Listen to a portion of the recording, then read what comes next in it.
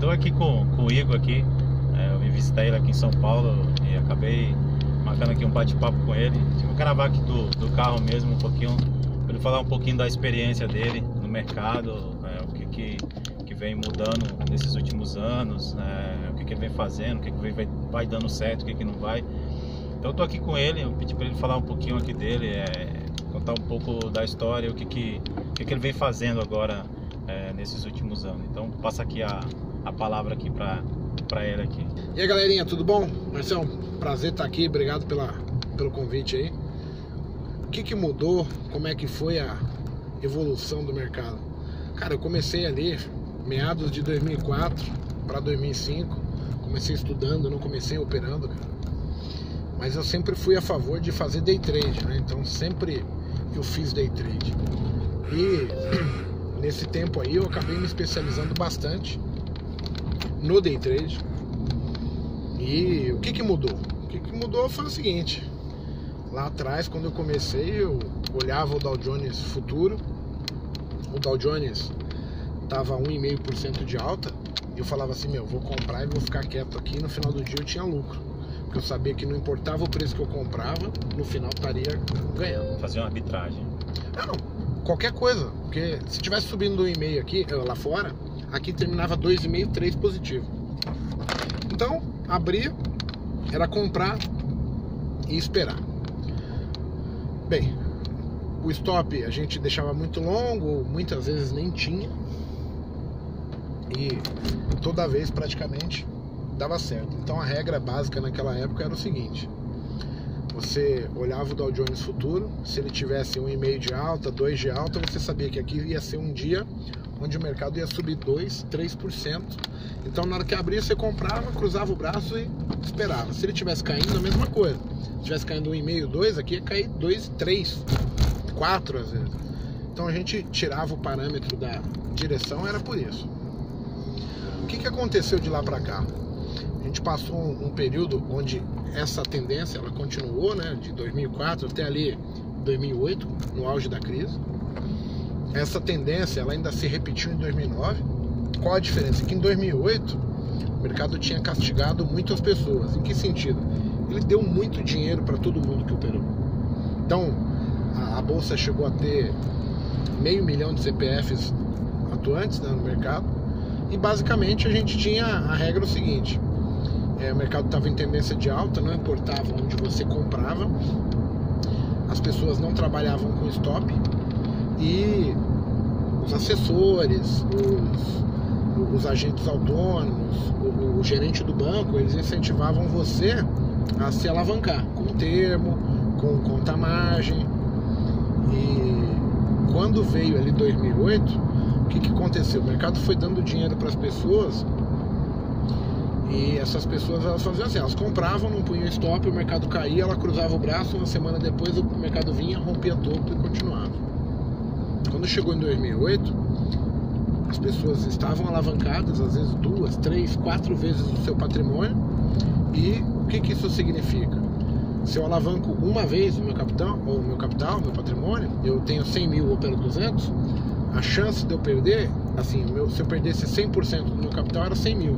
Como agora eu estou com 200, se eu perder 50%, eu perco 100 mil, que é o meu capital. E vezes 3 seria 150, vezes 4, 25%. E aí a margem de erro das pessoas diminui muito.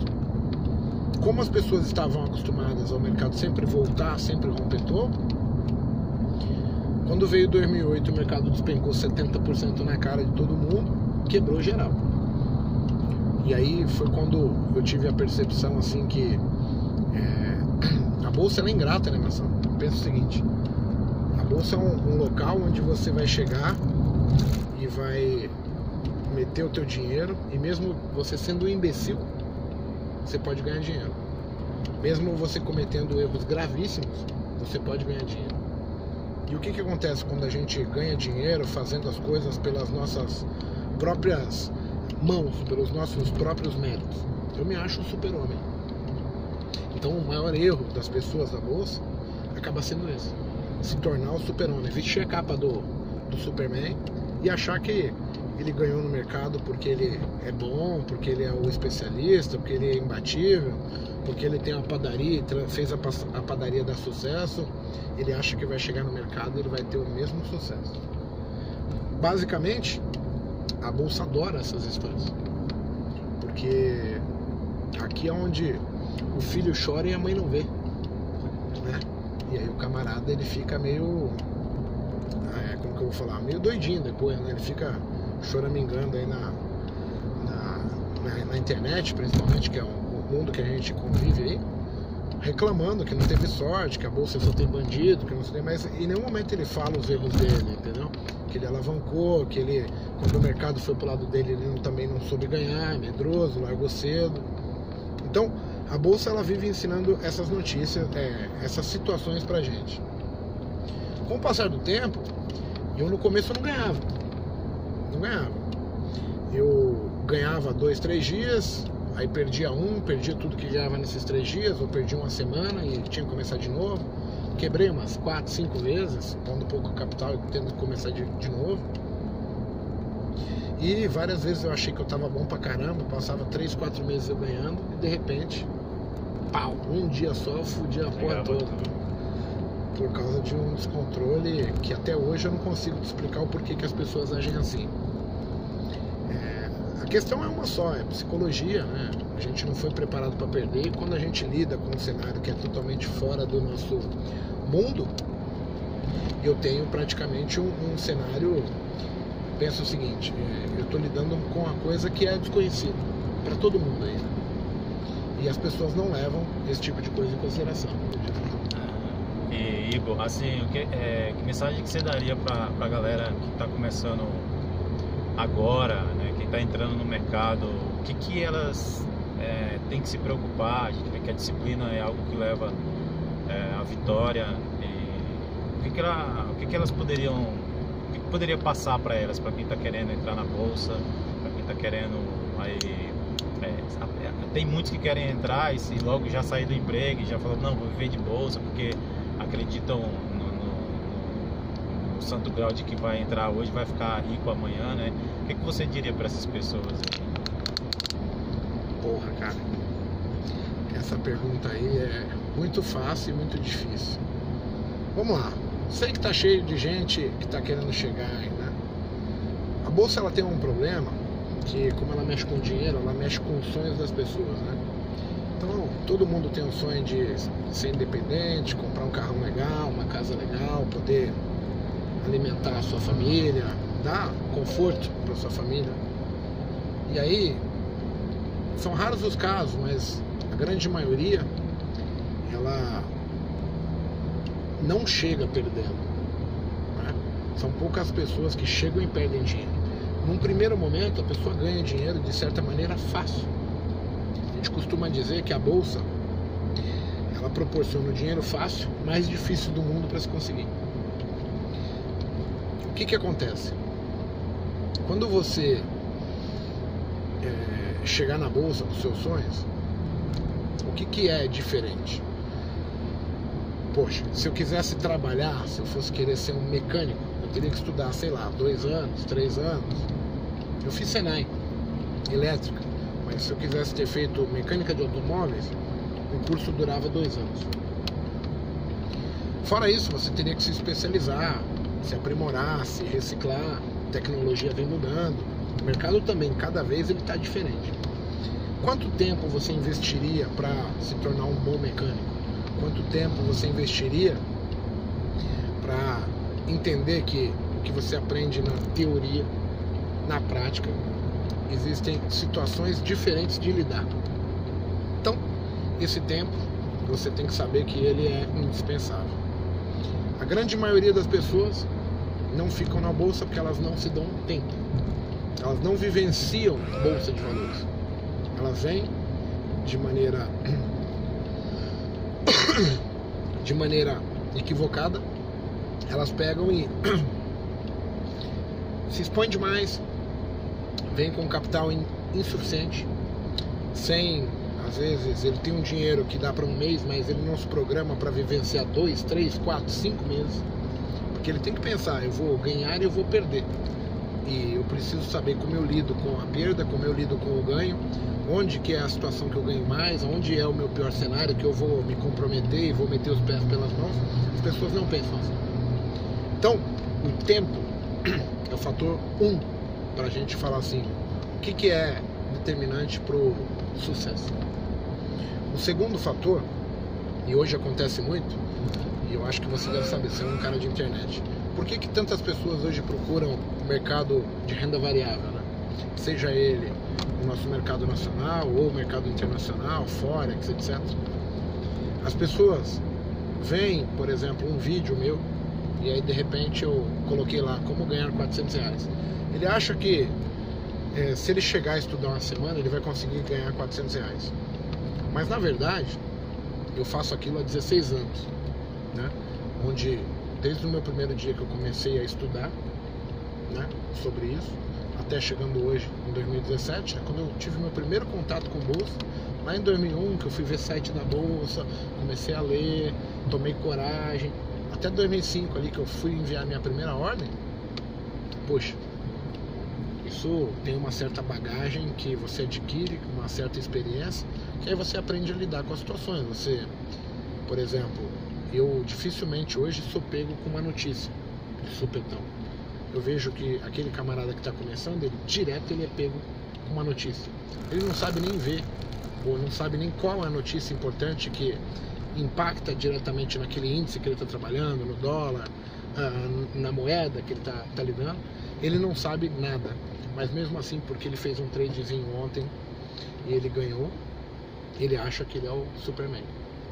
Então, o tempo ele vai fazer com que eu, você, todo mundo vá identificando isso. Só que como é que eu vou ganhar tempo se cada vez que eu tomo uma porrada é um nocaute, eu quebro a minha conta? Então, as pessoas elas não sabem nada de gerenciamento de risco, elas não fazem um planejamento financeiro para falar assim, olha, eu vim aprender. Imagina um cara que vai para uma faculdade, Marcelo. Ele vai para a faculdade, ele fala assim, pô, eu vou estudar medicina, eu vou pagar, sei lá, 1.000 e tralalá por mês de mensalidade, eu tenho que ficar 6 anos na faculdade, depois eu tenho que fazer mais 2, 3 anos de especialização dentro de um hospital, para depois ele sair e ser acompanhado por um médico mais experiente que ele, para falar assim, bem, agora o senhor depois de 12 anos está apto para operar sozinho. Agora o senhor pode ir lá, você é um cirurgião formado, com experiência suficiente, não vai se matar, não vai matar ninguém, né? E as pessoas aqui, elas acham que vão fazer isso em um mês, uma semana, 2 meses na bolsa. Então, a primeira coisa é a questão que eu falei lá, do tempo, você precisa se dar tempo. E falar de tempo é muito bonito, mas como é que você faz? Você vai ter que fazer um planejamento. Você vai ter que pôr assim, olha, esse mês eu vou topar perder $100, $500, $1.000, e se chegar nesse meta eu vou para a conta demonstração e o mês que vem eu começo de novo. E isso vai ser por, sei lá, 3 meses, 6 meses, até o momento que você vai falar assim, bem, eu já adquiri um mínimo de experiência que agora eu já não perco tanto dinheiro como eu perdi no início.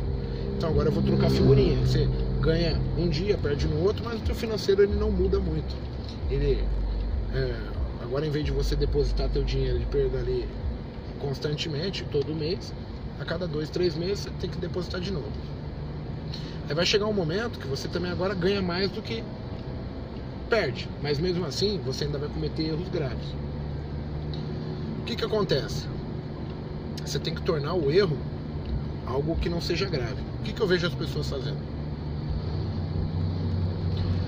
A pessoa perde, depois ela perde, ganha, e depois ela começa, ganha, perde. Só que as pessoas elas têm assim, poxa, agora eu vou recuperar tudo de uma vez. Aí o que ele faz? Ele começa a operar até bem. Só que ele ganha $500, R$500 um dia, 2, 3, acumula um patrimônio e ele vai deixando na conta. No dia que ele perde tudo, porque ele não tem limite. Ele descobre, cada fase que ele vai passando, ele vai descobrindo uma dificuldade, uma situação nova. Você não ganhava e só perdia. Agora você ganha e perde. Depois você ganha e não perde. Só que quando você perde muito mais do que você ganha em vários dias. Eu vejo várias pessoas aí, às vezes o cara fazendo festa porque ganhou um dia, e eu, pela experiência que eu tenho, eu sei, não é ganhar e perder. O jogo não é esse. É como você ganha e como você perde. Então, ganhar um dia, rapaz, até o seu cachorro pode passar, pisar no teclado e mandar uma ordem de compra ou de venda e ganhar. Qual era a capacidade técnica dele? Nenhuma. Apenas uma questão de momento, ele deu certo. Agora, a grande maioria, ela ganha, vamos supor, vamos usar um jargão que eu conheço bastante. Ele vai lá, ele come igual formiguinha, mas na hora de fazer as necessidades é igual um elefante. E aí a conta não fecha. Isso é muito desgastante psicologicamente. A gente dedica muitas horas, muitas noites, madrugadas estudando, porque a gente acha que estudar é o caminho. E na verdade ele é. Mas a gente tem que lidar e criar situações que resolvam a parte prática. Porque na verdade todo bom trader, na hora que ele se depara com a realidade, com a conta real, ele se depara com uma coisa que é o seguinte: o filho vai chorar e a mãe não vai estar vendo. Ele que tem que resolver. Poxa, eu fui lá na faculdade, me formei engenheiro. Alguma vez o teu professor veio no teu emprego para solucionar um problema, ou é você que tem que rebolar e dançar? Então, as pessoas acham que porque às vezes você tem um professor, alguém que te ensinou, algum exemplo, elas acham que você tem a obrigação de fazer ela ganhar. Na verdade, você tenta passar para ela algo que indique o caminho a ser percorrido, indique quais são as pedras que ela tem que pisar. Mas ninguém é igual a ninguém. Então, assim, as coisas que eu aprendi, os motivos pelo qual eles se ficcionaram na minha cabeça, tem muito a ver com a minha cultura, com o meu discernimento de certo e errado, né? E cada ser humano vai ser diferente. Então você vai ver que tem muita gente cometendo loucura aí, operacional, não é porque ele não sabe, na verdade ele achava que aquilo era plausível dentro daquilo que ele achava certo ou errado.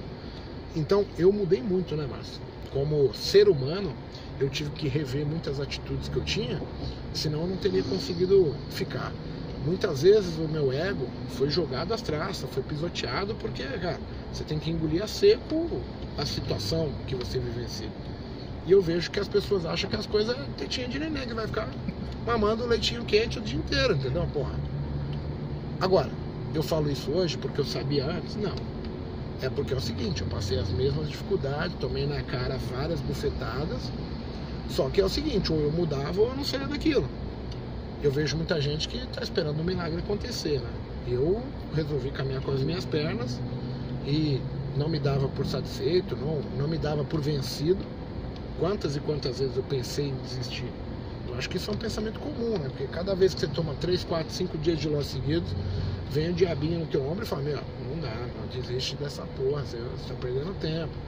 Mas aí, sei lá por quê, porque algum dia eu ganhei, a esperança fica, e aí eu fui tocando, aí eu fui criando situações que foram minimizando os danos que eram ocasionados aí por determinados erros. E assim, como no começo eu cometia centenas e centenas de erros, erros técnicos, erros operacionais, desde não conhecer o que era um padrão de candlestick, desde não conhecer como era o preenchimento de uma boleta, como às vezes erros imponderáveis, acabou a energia e eu estava posicionado sem stop, um preenchimento errôneo de stop, né? Deixar um limite pequeno no stop, numa notícia. Então você vai corrigindo, limitando, e a maioria dos erros você às vezes passa por um erro e você nem percebe que você errou. Então você comete aquele erro 1, 2, 3, 10, 20 vezes, para depois lá na frente você fala, puta que pariu, o erro era essa merda aqui que eu nunca achei que era um erro, na verdade eu achava que era um acerto. Então você tem que mudar, você tem que se adaptar, e isso não é para qualquer um, entendeu? Então eu acho que as pessoas têm que pensar assim. Eu, na minha vida, eu nunca me dei por vencido, né? Eu conto uma história pro pessoal, Marcelo. Eu entrei no quartel quando eu tava com 18 anos, e aí passei por 45 dias lá que o pessoal chamava de quarentena. Eu era um cara sedentário, preguiçoso pra cacete. E aí tinha uns exercícios físicos lá que era o diabo, né, cara? Acordava às 4 da manhã, ia dormir a 1, e acorda e vamos, a correria danada, e tava sempre morrendo. E o cara deixava bem claro assim, ó, meu, você pode pedir pra ir embora, falar que acabou a hora que você quiser. Basta você falar, eu quero minha mãe. Imagina só. Meu, tinha 80 e poucos negros, tudo marmanjo de 18 anos. Mano, você acha que eu ia falar que eu queria minha mãe? Bem, eu não falei, mas é o seguinte, minha turma começou com 88 e só terminou com 46, tá certo? Então assim, 42 camarada pediram a mamãe com 18 anos. E é lá no quartel, eu aprendi que assim, existe uma seleção psicológica. Porque assim, no quartel o seu treinamento é baseado assim, cara, a gente tem que dar uma pressão psicológica no cara, porque se esse cara for capturado, ele vai entregar todo mundo. Então se o cara não aguentar o mínimo de pressão, esse cara não tá apto. E o mercado financeiro ele faz a mesma coisa com você, ele te dá pressão. E é claro que muitas pessoas não aptas têm que ir embora, tem que correr fora. Eu aprendi isso desde cedo. Talvez o exemplo do quartel me fez permanecer. Falei, porra, mano, eu não chamei minha mãe no quartel, vou chamar aqui agora. Você tá entendendo? Então assim, a minha dica pra vocês é o seguinte, não chamem sua mãe, velho. Resolvam seus problemas. Parece fácil? É, mas não é, sei disso. Só que é o seguinte, quem é que vai resolver os seus problemas? O Papa? Jesus Cristo? Meu, os caras estão muito ocupados, irmão. Se você pensar dessa maneira, você vai ficar aí um tempão e não vai conseguir andar. Eu sugiro a vocês que vocês corram atrás. Ah, mas o que fazer? Meu, corre atrás, eu não sei o que você tem que fazer. Cada um tem um problema, cada ser humano tem a sua maluquice. Eu tenho a minha, o Márcio tem a dele, você aí na sua casa tem a sua maluquice. Você é maluco em alguma coisa, mas tem. Não adianta falar, eu conheço todo mundo. Minha mãe é maluca numa coisa, meu pai no outra. Sou realista. Agora, tem várias outras qualidades que você é bom, use as que você tem de bom para tentar modificar que te derruba.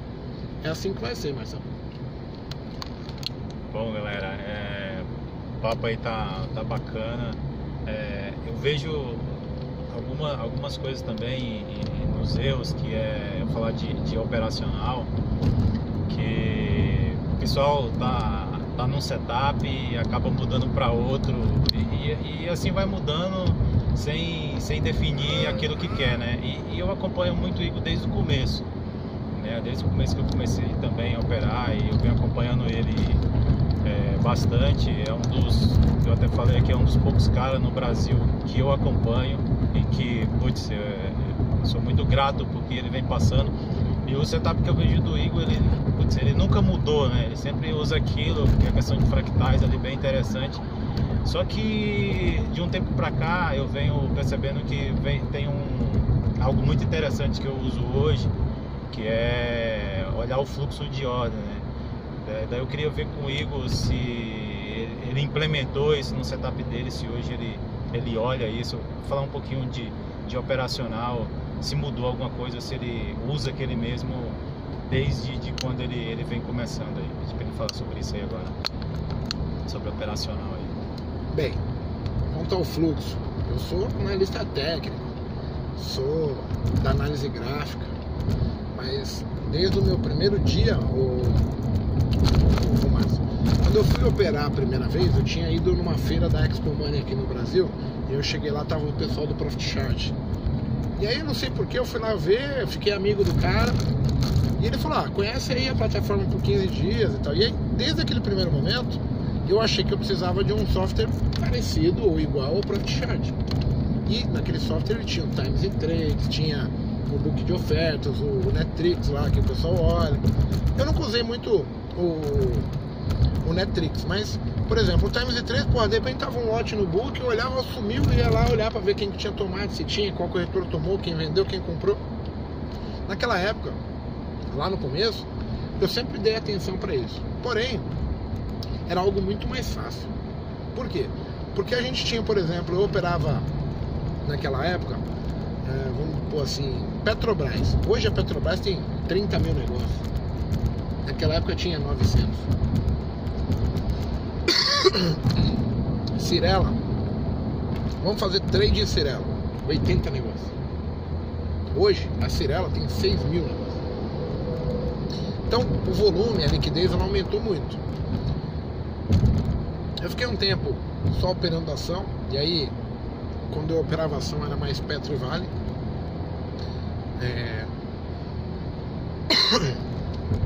O book da Petro e da Vale, ele é muito parelho, então assim, eu praticamente não consigo ver muita diferença no lote. E aí eu acabei largando a questão livro de ofertas por um tempo, até por uma questão de ter que obrigar o cliente, o aluno a contratar alguma plataforma que tinha book, etc. Até porque eu conseguia ganhar mesmo sem isso. Mas o que eu queria falar? Eu sempre olhei o book no começo e eu via uma alta relevância em saber onde estava concentrado um determinado tipo de lote ou não. Bem, em 2015, quando eu vim para onde eu estou agora, eu conheci um cara que falava de deep reading. E foi o primeiro cara que eu vi falando algo, só que assim, só de ouvir ele falando, eu ia olhando para o que estava acontecendo na tela e falava, caralho, faz sentido, é real. E aí eu comecei a olhar e eu trouxe de volta o livro de ofertas para minha tela, né? Apenas ouvindo. Agora, vamos lá. Fluxo funciona? Muito. O fluxo é a realidade. Eu não mudei para o fluxo porque assim, o fluxo ele permite, por exemplo, que eu faça um scalper num determinado ponto, que eu veja o estouro do fluxo, mas análise técnica, vamos supor, tem 2, 3 dias atrás que eu passei alvo de 1.200 pontos no índice, o cara do fluxo não consegue fazer isso. Se ele fizer, talvez por uma experiência e tal, alguma coisa, ele chegou outro ponto, mas o fluxo do dia, do que aconteceu, não indica que ele vai cair em 1.200, entendeu? A mesma coisa no dólar, pega às vezes trade no dólar de 40 pontos. É muito difícil o fluxo fazer isso. O que eu preferi? Eu conciliei a análise técnica com alvos e o fluxo para gerar mais ou menos assim pontos onde eu faço uma gordura para poder me expor maior na análise técnica. E eu vejo muito sentido nisso, porque eu entro maior no fluxo para pegar uma variação bem menor. O stop também é curto. E aí na análise técnica, como ela também falha mais, é mais anti-intuitivo, eu entro menor e somente em determinado ponto eu consigo me expor legal. Porém, o risco que eu estou assumindo foi baseado no dinheiro que eu ganhei no fluxo. Isso foi a conciliação que eu consegui trazer para o meu setup. Você falou de setup.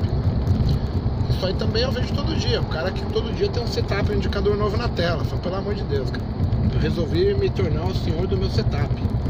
Então assim, todos eles funcionam, todos os indicadores funcionam, só que você tem que saber usar. Não adianta você mudar ele, né? Você tem que se dar tempo, entender qual que é, onde ele funciona melhor, onde ele funciona pior, quando é que ele vai permitir você se alavancar mais, né? Onde que é uma situação altamente provável de gain, ou onde é uma situação provável de loss, e aí você comedir. Ao longo do tempo, o que mais mudou pra mim não foi o setup, foi minha atitude.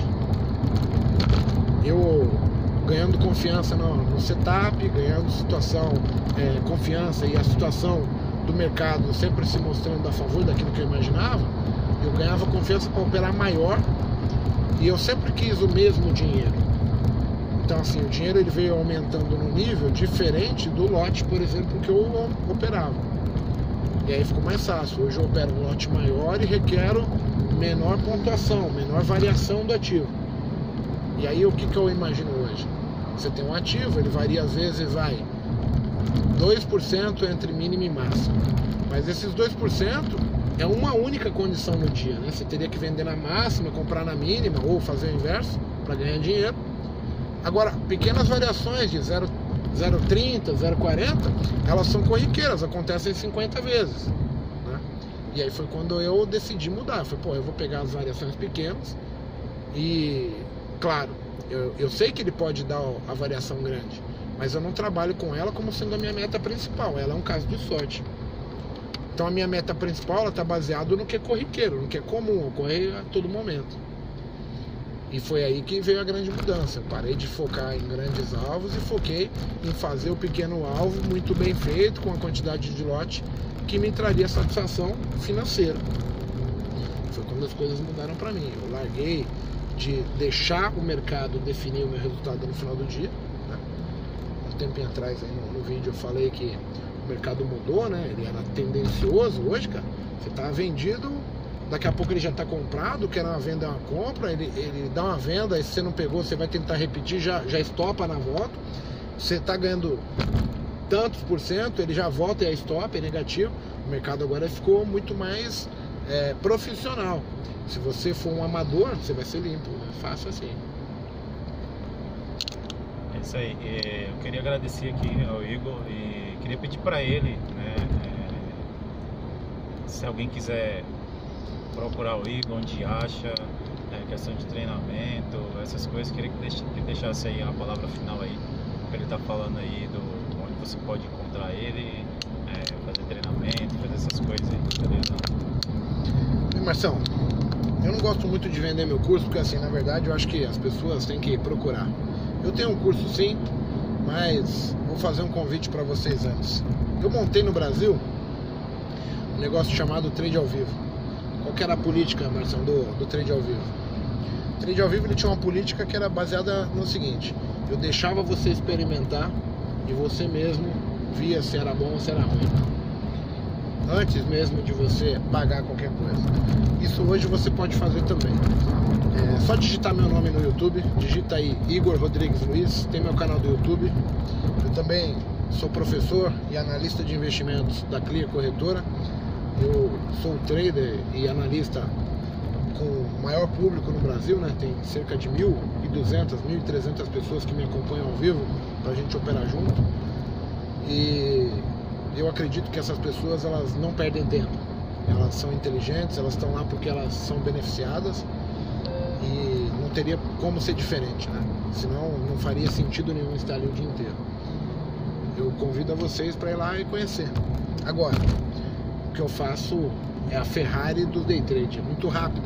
Se tem tempo, 2, 3 semanas para ouvir e entender o que é falado lá. É muito diferente do que eu comecei. Quando eu comecei eu achava que comprar topo era bom. Que eu olhava candlestick, ombro, cabeça, ombro, mudou tudo. E espero que a minha visão, aquilo que mudou para mim, possa fazer algum benefício para vocês aí. Obrigado, gente. Fiquem com Deus aí. Valeu. Valeu, pessoal. Até a próxima aí.